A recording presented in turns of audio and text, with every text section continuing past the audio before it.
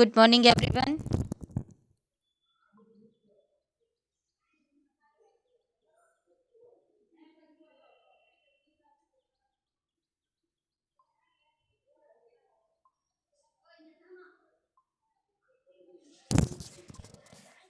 Hello. Good morning, everyone.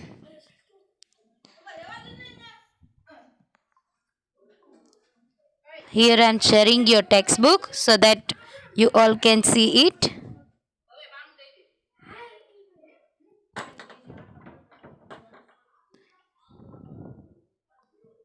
I'm giving you few minutes so that everyone can join. Till then, whoever joins, just read the chapter from the textbook. Students, please join as possible as soon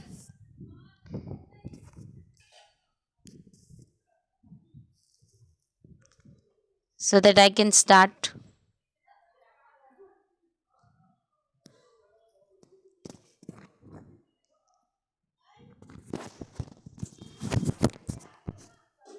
Hello. Hope your exam will. Hello. Is it audible to everyone? Just raise your hand so that I get to know my voice is audible to everyone. Just raise your hand. Hello. Okay.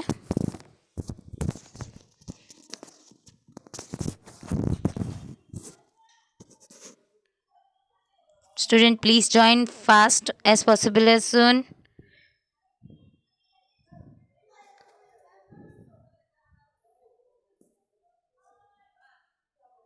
so that I can start with the chapter 11, which we have started before, just before test.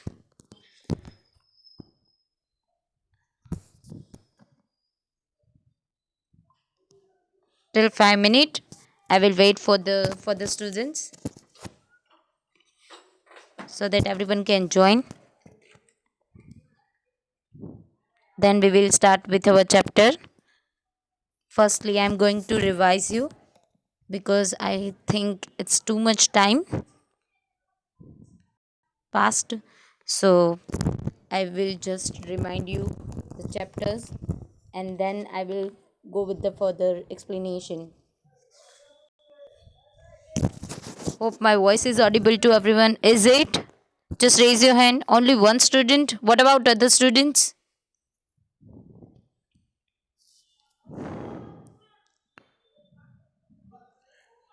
Okay. So I'm giving you 1 minute. Till then, whoever join, please read the chapter.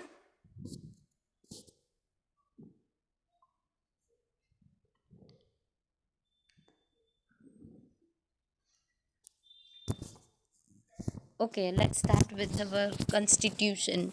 First of all, what is constitution? Constitution का meaning होता है set of rules and principles which that defines how the country will govern and how the country will run. मतलब हमारी जो government है वो अपने हिसाब से उनको जो प्लीज़ करे, उनको जो अच्छा लगे वो नहीं कर सकती. उनको क्या करना है, किस तरीके से कंट्री को चलाना है, for that there is one constitution.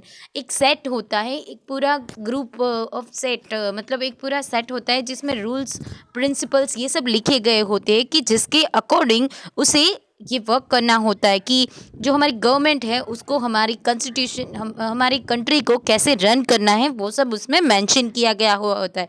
अगर वो उस तरीके से वर्क नहीं करती या फिर कोई ऐसा है जो उसके रूल्स और लॉज के अगेंस्ट जाता है तो then they will be punished. For that we have our court. Yes correct, court होती है, पुलिस होती है. ये जो होते हैं वो क्या करता है, हमारे कंट्री में जो लॉ है उसको जो कोई भी ब्रेक करता है उसको प्रोटेक्ट करने का काम करते हैं।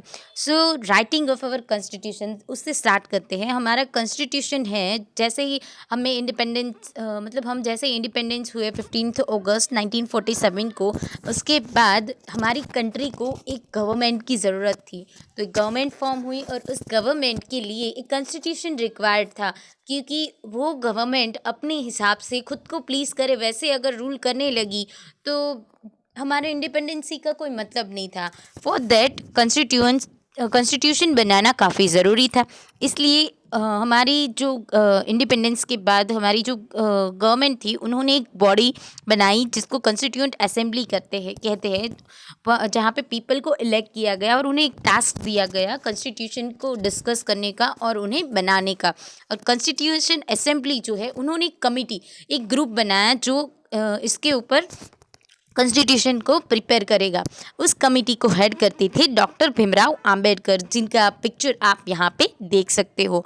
जो डॉक्टर भीमराव अंबेडकर थे, उन्होंने काफ़ी कंट्रीज़ के कॉन्स्टिट्यूशंस पढ़े और उसके बाद हर एक कॉन्स्टिट्यूशन से कुछ ना कुछ एडप्ट किया। जैसे कि हमने हमारे जो प्रिंसिपल्स है वो हमने फ्रेंच के कॉन्स्टिट्यूशन से लिए हैं। वैसे ही काफ़ी सारे हमारा कॉन्स्टिट्यूशन है, उसमें से काफ़ी सारी चीज़ें अलग अलग कंट्री के जो भी कॉन्स्टिट्यूशन थे उसमें से हमने लिए और फिर हमारा एक अपना कॉन्स्टिट्यूशन बनाया। ऐसा कॉन्स्टिट्यूशन बनाया जो यहाँ के लोगों को सूट करता हो। मतलब ऐसा पूरे वर्ल्ड में से काफ़ी सारे रूल्स है, ऐसे लॉज हैं, ऐसे प्रिंसिपल्स हैं, उनको एक्सेप्ट किया। सो इसीलिए हमारा कॉन्स्टिट्यूशन एडप्टेड कहा जाता है। तो हमारा जो कॉन्स्टिट्यूशन है वो पूरा कब हुआ? 26 जनवरी 1950, यानी कि आफ्टर 2 ईयर, हमारे इंडिपेंडेंसी के आफ्टर 2 ईयर हमारा कॉन्स्टिट्यूशन बना। तो उस कॉन्स्टिट्यूशन बनने के बाद इसी 26 जनवरी को उसे अडॉप्ट किया गया कॉन्स्टिट्यूशन को। मतलब कि उस वक्त से फिर गवर्नमेंट जो होगी उसको इस कॉन्स्टिट्यूशन के हर एक रूल्स और रेगुलेशन को फॉलो करना होगा। सो उस दिन को हम रिपब्लिक डे यानी कि प्रजासत्ताक दिन, यानी कि प्रजासत्ताक दिन का मतलब होता है कि अब जो हमारी इंडिया है, हमारी कंट्री है, वो किसके थ्रू रूल होगी? पीपल की थ्रू, क्योंकि हमारे कॉन्स्टिट्यूशन जो है उसमें लोग जो है वो इलेक्ट करते हैं अपने रिप्रेजेंटेटिव को। That is why that day is called as 26 January 1950। So students, एक और इंटरेस्टिंग बात बताती हूँ। क्या आपको पता है कि इस दिन को, मतलब हमारा जो कॉन्स्टिट्यूशन, एक फैक्ट है, हमारा कॉन्स्टिट्यूशन है वो 26 जनवरी को कंप्लीट नहीं हुआ था, वो कंप्लीट पहले ही हो गया था।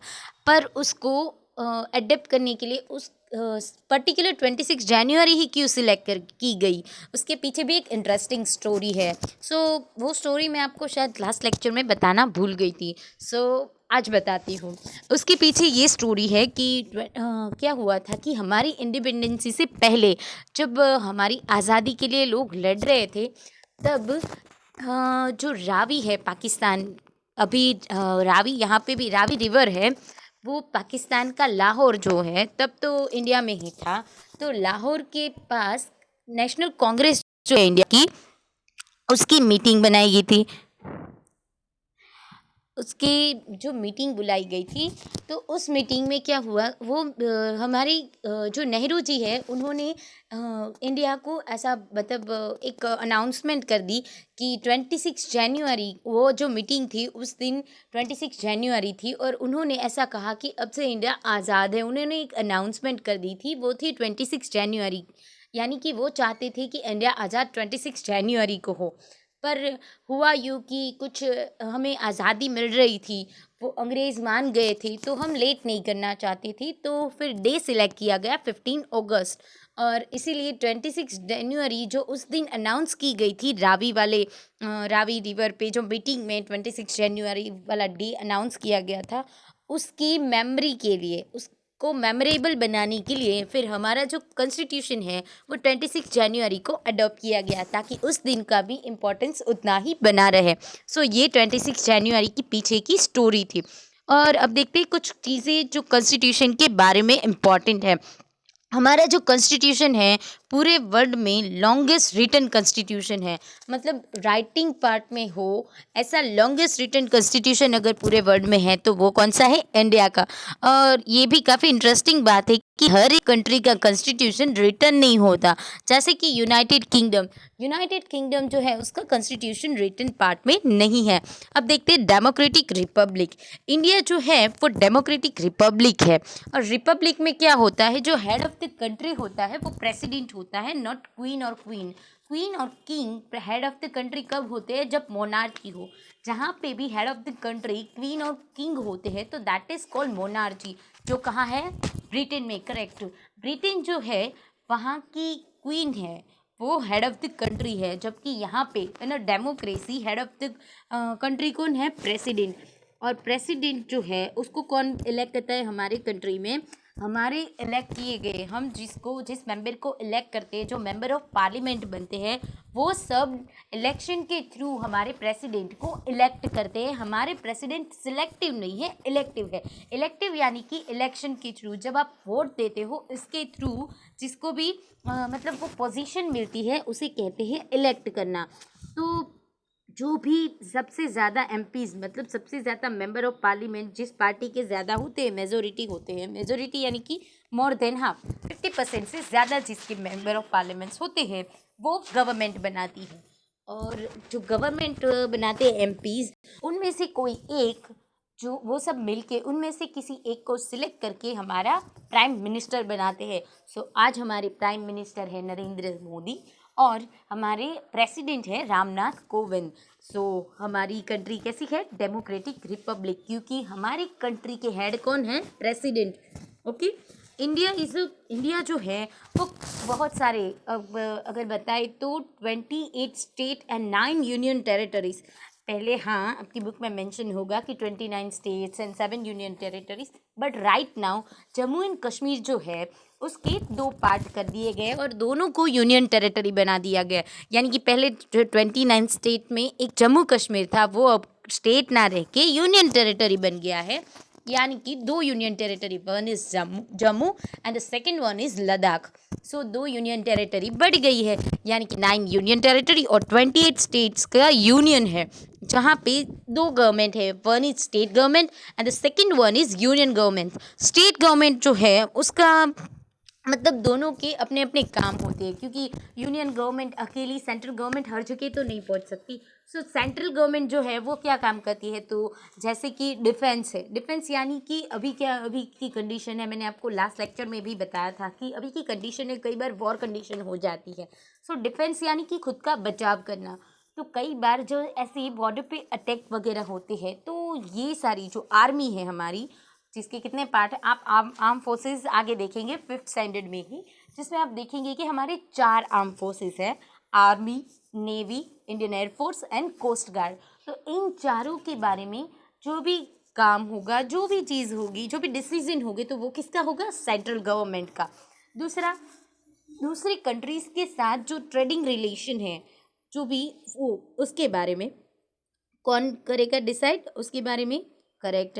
वो जो है वो हमारी सेंट्रल गवर्नमेंट करेगी, जबकि स्टेट गवर्नमेंट है वो कौन सी काम करेगी, जैसे कि इलेक्ट्रिसिटी है, रोड एंड ट्रांसपोर्ट है, ये सारे काम जो है वो हमारे स्टेट गवर्नमेंट करेगी। And the most important thing is law and order, to maintain law and order in the correct in the state, that is the work of state government, like transporting, farming, electricity, education।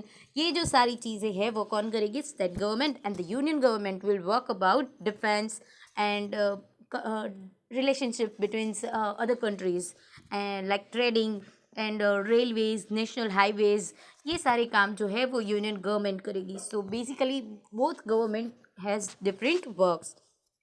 And then secular country, our country is a secular country. So what is the meaning of secular country का meaning है, our India does not support a particular religion। हमारा जो India है वो कोई भी एक religion को सपोर्ट नहीं करता। एवरी रिलीजन आर इक्वल, हर एक रिलीजन हमारे इंडिया में इक्वल है, हर एक रिलीजन को इक्वल राइट दिए गए हैं। वो हर कोई अपने टेम्पल है, मॉस्क्यू है, चर्च है, whatever they want they can make, मतलब अपने रिलीजन को बढ़ाने के लिए ये वो सब बना सकते हैं. So every religion has a equal right.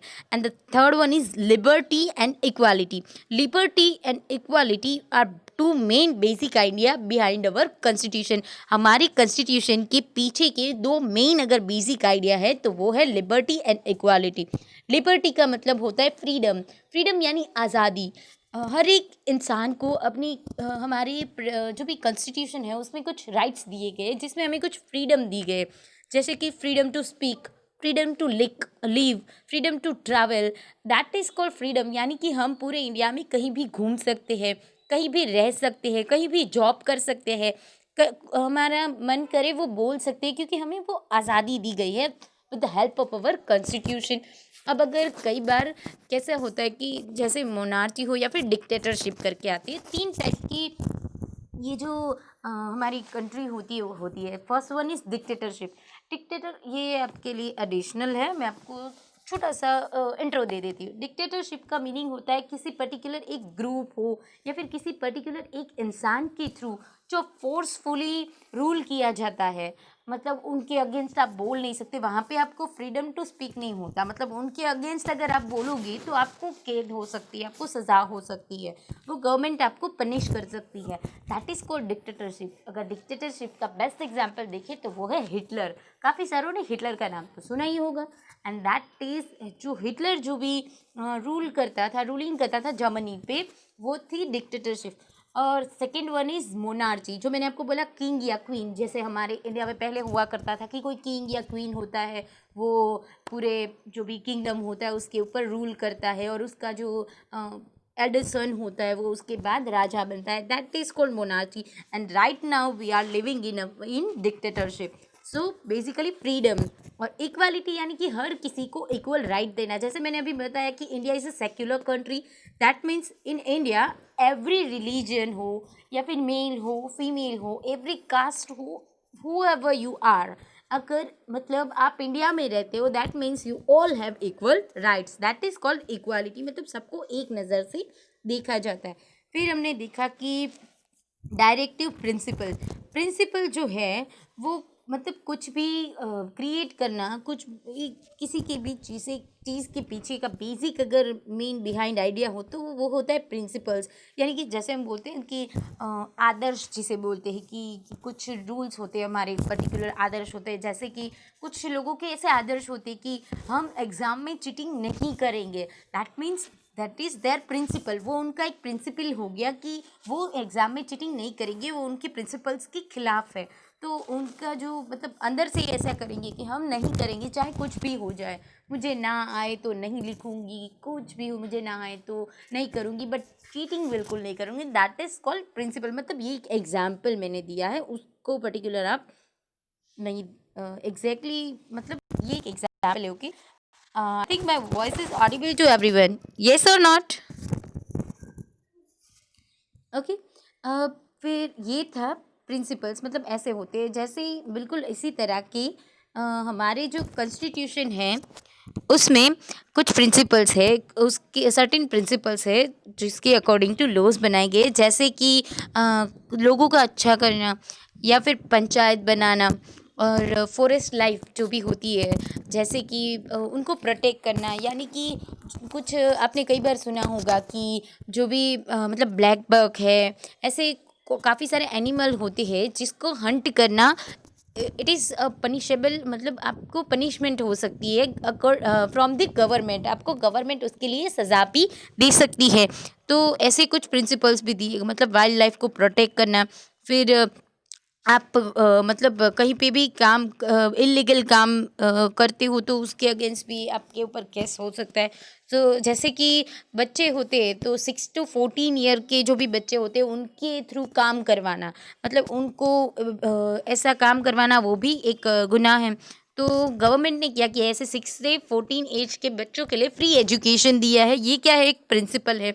और हर एक को इक्वल बनाने के लिए, जैसे कि वर्कर्स है, वुमेन्स है, ट्राइबल्स है, बैकवर्ड कास्ट है, उनके लिए कुछ रिजर्वेशन रखे गए. क्योंकि उन्हें इक्वल पोजीशन पे लाने के लिए, क्योंकि काफ़ी बैकवर्ड्स रह गए वो, इसलिए. अब देखते हैं फंडामेंटल राइट्स। मैंने आपको कुछ अभी अभी बताया था कि जैसे फंडामेंटल राइट्स होते हैं हर किसी के, मैंने आपको प्रिंसिपल्स जैसे बताए थे, वैसे राइट टू इक्वालिटी मैंने आपको बोला था कि मतलब every people has a right to speech, जैसे मैंने बोला था that is right to speech, वो क्या हो गया हमारा फंडामेंटल राइट।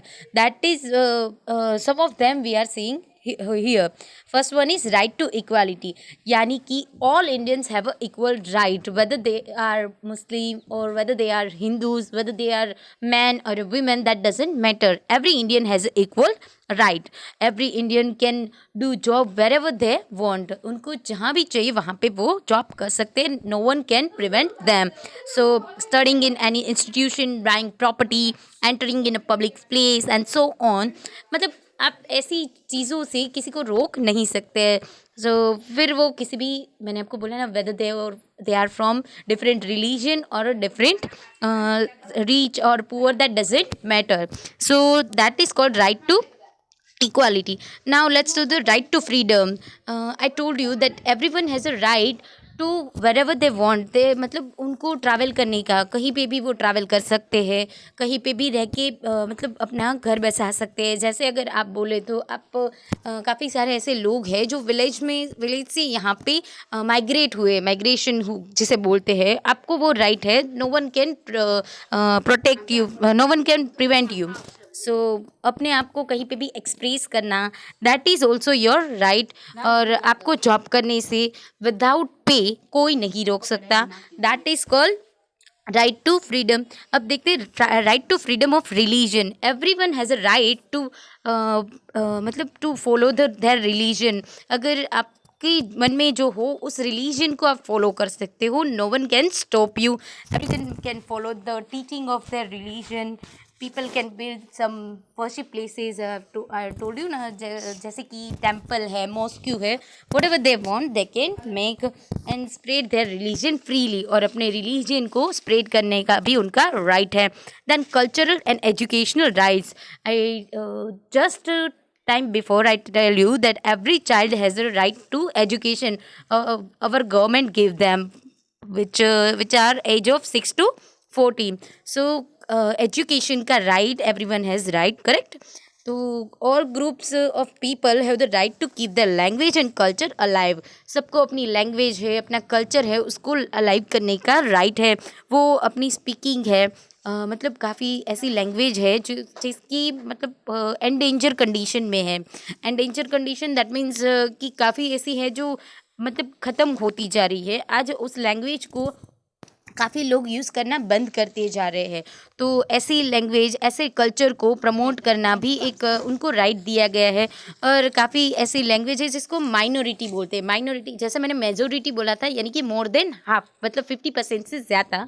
वैसे माइनॉरिटी यानी 50% से कम। अगर टोटल पॉपुलेशन है हमारी, उसकी 50% से कम में जो भी आते हैं उनको बोलते हैं माइनॉरिटी। सो उनके लिए स्कूल रन्स करना, कॉलेज रन करना, पर्टिकुलर आपने कई बार देखी होगी कि माइनॉरिटी मतलब आपने क्रिश्चियन स्कूल्स अलग से देखी होगी, दैट इज़ कॉल्ड, मतलब उनकी जो पॉपुलेशन है वो हमारी टोटल पॉपुलेशन से 50% से कम है। So they are in minority. So I hope you all know what is minority. फिर देखते हैं राइट अगेंस्ट एक्सप्लॉइटेशन। एक्सप्लॉइटेशन का मतलब होता है आपको कोई अनफेयरली ट्रीट करता है, दैट इज़ कॉल्ड एक्सप्लॉइटेशन। तो उसके अगेंस्ट प्रोटेक्ट करने के लिए आपको कॉन्स्टिट्यूशन ने राइट दिया है। जैसे कि आपके कुछ फंडामेंटल राइट है, जैसे मैंने आपको बताया था कि you have right to freedom, right to equality, right of religions, whatever you want. तो अगर आपको कोई इस तरीके की चीज़ों से रोकता है तो आप जाके उनके अगेंस्ट एफआईआर, यानी कि आप उनके अगेंस्ट केस कर सकते हैं। आप वो आपको नहीं रोक सकते। अगर ऐसा कोई करता है तो वो पनिशेबल ऑफेंस यानी कि गुनाह हो जाएगा। सो अगर कोई दूसरा एग्जाम्पल ले तो person can not be made to work without pay. उनको कोई बिना पे किए कोई काम करने के लिए मजबूर नहीं कर सकता। अगर आपसे कोई काम इस तरह का कोई करवाता है और आपको पे नहीं करता, तो आप उनके अगेंस्ट भी जा सकते हैं। दैट और कई बार आपको ऐसी चीज़ें, और इसका बेस्ट एग्जांपल अगर मैं दूँ, तो कई बार आप चीज़ें खरीदने जाते हो, तो कुछ व्यापारी जो होते हैं वो आपको मतलब उससे कई ज़्यादा पैसों में देते हैं, और कई बार आपकी डिमांड का फ़ायदा उठाते हैं। तो आप कंज्यूमर राइट, ऐसा आपको राइट मिलता है, मतलब कंज्यूमर यानी कि ग्राहक, आप उसके कस्टमर हुए तो कंज्यूमर केयर में जाके उनके अगेंस्ट आप फाइल कर सकते हो। तो उसके लिए वजह से वो आपके ऊपर कोई भी गलत तरीके से गलत जो भी रेट होगा वो नहीं ले पाएगा। और ऐसे ही कुछ मतलब राइट, ये जो है सारी कंडीशन वो हमारी राइट टू अगेंस्ट एक्सप्लॉइटेशन के साथ आती है। फिर right to constitutional remedy, remedy का मतलब होता है सॉल्यूशन। एनी इंडियन, मैंने आपको बताया, any Indian can go to court to seek a remedy if his और her fundamental right is taken away by anyone. अगर उनके फंडामेंटल राइट्स जो है वो कोई ले लेता है, तो उनके अगेंस्ट वो कहाँ पे जा सकते हैं? कोर्ट में जा सकते हैं। Okay. Then right to education, मैंने बताया था कि जो हमारी गवर्नमेंट है उन्होंने 16 to 14 एज के जो भी बच्चे हैं उनको लिए फ्री एजुकेशन किया है। जो भी हमारी गवर्नमेंट स्कूल्स है वहाँ पे फ्री एजुकेशन मिलता है। तो ये था हमारा राइट टू एजुकेशन। ये जो है ये लो पहले से नहीं था, पर 2002 में अमेंडमेंट यानी कि कॉन्स्टिट्यूशन जो है हमारा, उसमें जब भी कभी चेंज किया जाता है तो उसको बोलते हैं अमेंडमेंट। तो 2002 में अमेंडमेंट के थ्रू ये जो लॉ है वो ऐड किया गया था, राइट टू एजुकेशन, जो 6 to 14 ईयर के बच्चे हैं उनके लिए। अब देखते हैं फंडामेंटल ड्यूटीज़। मैंने लेक्चर 11 o'clock स्टार्ट कर दिया था हर बार की तरह, तो I don't think it is necessary to ask when you start lecture. Is my voice is audible to everyone? Just raise your hand. No need to write. Otherwise, I will going to off chat section.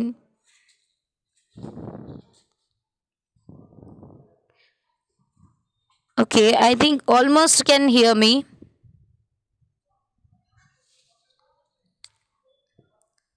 And I hope you all get understand. In last 10 minutes, I will give you so few times so that if you have any query, then you can ask. Just raise your hand. Then and then I will going to mute you, unmute you. Sorry. अब देखते हैं fundamental duties. जो जैसे हमें हमारे constitution ने कुछ rights दिए हैं, वैसे हमारी कुछ ड्यूटीज़ भी है।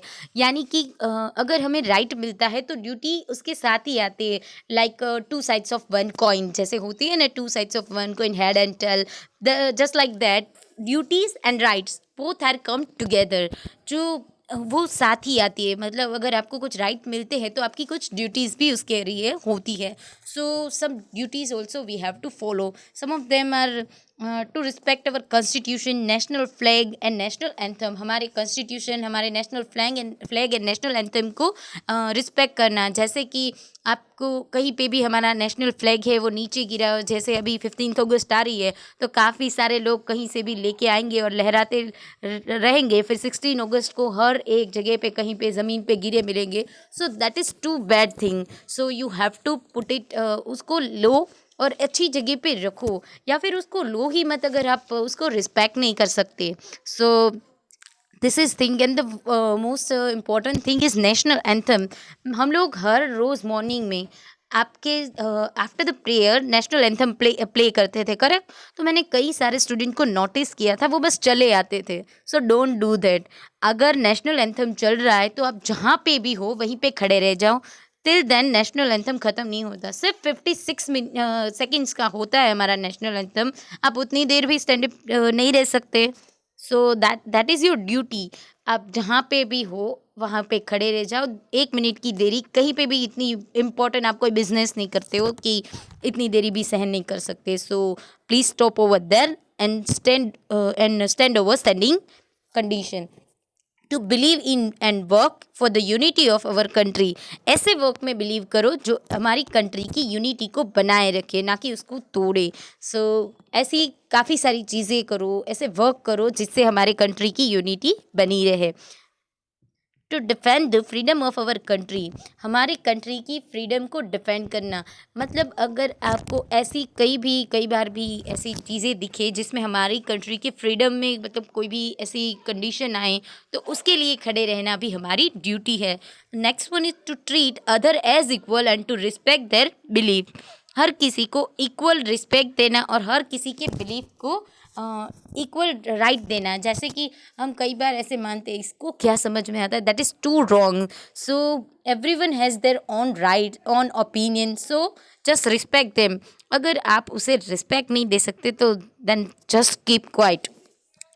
To protect our natural environment, हमारा जो नेचुरल एनवायरनमेंट है उसको प्रोटेक्ट करना। जैसे कि आप कई बार जाते हो, कई बार घूमने जाते हो, सो फॉरेस्ट में और टेंट लगाते हो, तो क्या करते हो वहाँ के जो भी नेचर है उसको हार्म करते हो, तो उसको हार्म मत करो या फिर उसको प्रोटेक्ट करो। जो भी अगर उसे हार्म कर रहा है तो उन्हें रोको, उन्हें समझाओ that this is our duty, that to protect our natural environment, हमारे एनवायरनमेंट को प्रोटेक्ट करना भी हमारी ड्यूटी है। जैसे कि आज अपने यही लॉकडाउन में भी देखा होगा कि काफ़ी सारी मतलब पॉल्यूशन जो लेवल है वो डाउन हो गया, इससे हमारा एनवायरनमेंट है उसको काफ़ी अच्छा जो इम्पैक्ट पड़ा है। सो दैट इज़ अवर ड्यूटी, यानी कि हम जो ये पेट्रोलियम की प्रोडक्ट जो है उसको थोड़ा यूज़ करना कम करेंगे तो भी हमारा एनवायरनमेंट काफ़ी प्रोटेक्ट होगा। And the next one is to protect public property, public property यानी कि हम कई बार गार्डन में जाते हैं तो उसको बचाना, यानी कि उसको वहाँ पे जो भी पेड़ वगैरह है उसको हार्म ना करना। इस तरीके की चीज़ें करना। या फिर हम कई बार हेरिटेज जगह पे जाते तो वहाँ पे कुछ लोग लिखते रहते, तो उनको रोकना और हमें भी ना लिखना, दैट इज़ अवर ड्यूटी। तो ये था हमारा कॉन्स्टिट्यूशन जिसमें हमें कुछ फंडामेंटल राइट्स भी ये दिए हैं, तो साथ ही साथ हमारी कुछ ड्यूटीज़ भी है। तो आई होप सबको ये समझ में आया होगा। तो अपने राइट्स के साथ साथ हर एक स्टूडेंट अपनी ड्यूटी भी फॉलो करेगा। मैं आप सबसे ये अर्ज करती हूँ that please follow our duties, जो फंडामेंटल ड्यूटीज़ है उसको फॉलो कीजिए। माइनॉरिटी का मतलब होता है कि 50% से कम, जो टोटल पॉपुलेशन होती है उससे कम। ओके, तो ये था हमारा chapter number 11 our constitution which is over here.